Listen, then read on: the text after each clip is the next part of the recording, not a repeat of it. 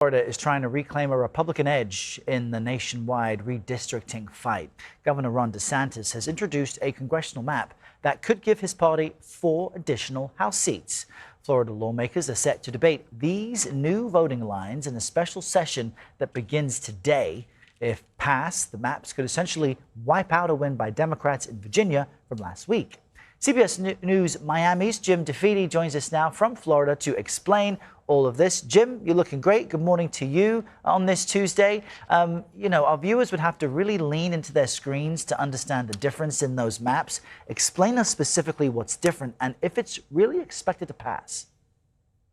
Well, in your introduction, you referred to it as a debate going to begin today. I don't think there's going to be much of a debate. You have to remember in Florida, the Republicans have supermajorities in both the House and the Senate, and both the House leadership and Senate leadership on the Republican side have told me that basically whatever the governor sends them, this was before the maps even came out, whatever the governor sends, they were going to just pass. They were not interested in getting into a fight with Ron DeSantis over trying to redraw little bits of the map itself. Now, as you said as well in the intro, this would net Republicans 4 additional seats. But I would tell you that Democrats are pushing back on at least 2 of those. So it's not clear. I do think that Republicans will end up with an advantage coming out of the November elections, probably by picking up at least 2 seats. But, it's not a guarantee of 4 seats going forward. And as we look at this proposed map, which decreases Democratic representation, which Congresspeople will win, which will lose, and won't this likely face legal challenges?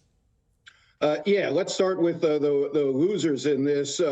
Congresswoman Kathy Castor from the Tampa area, her seat was pretty much demolished. She went from being a safely Democratic seat, like a D+4, to now an R+10. Democrats still think that even in an off-year election, though, that they can still win, that Kathy Castor can hold on.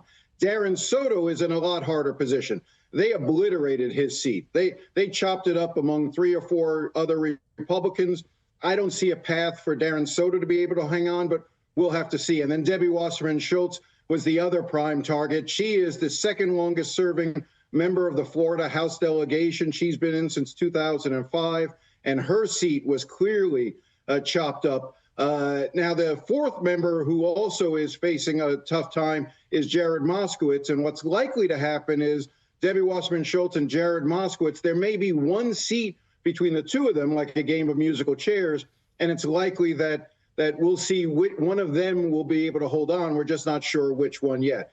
To the court challenge, you're absolutely right. This will be challenged in court. A Florida Constitution forbids political gerrymandering. It's one of the things that's unique about Florida as opposed to what was happening in Texas. In Texas, they blatantly said this was a move to gain and garner Republican seats. In Florida, DeSantis has been very careful not to talk about it in partisan terms because the Florida Constitution prohibits gerrymandering for partisan purposes. He's saying he's doing this redistricting to just be in accordance with population shifts in the state, which coincidentally happens to also net Republicans 4 additional advantages. And what about Republican Governor DeSantis? He has muscled, he's used his position to push this through. If it passes, would this be considered a major win for DeSantis and Republicans and of course, appease President Trump? I think it's a personal win for him because, Ron DeSantis is coming to the end of his term here as governor.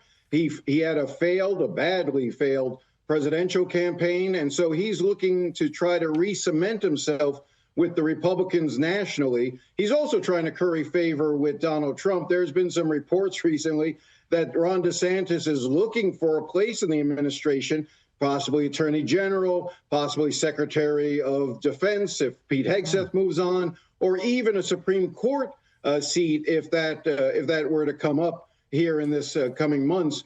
But so this is a way for Ron DeSantis to ingratiate himself with Donald Trump. They still have a sort of a tense relationship, but this could curry some favor for him. A Justice DeSantis. Don't say you never heard it. DeFede said it first. Jim, great to see you. Thanks for your insight today. Thanks, Errol.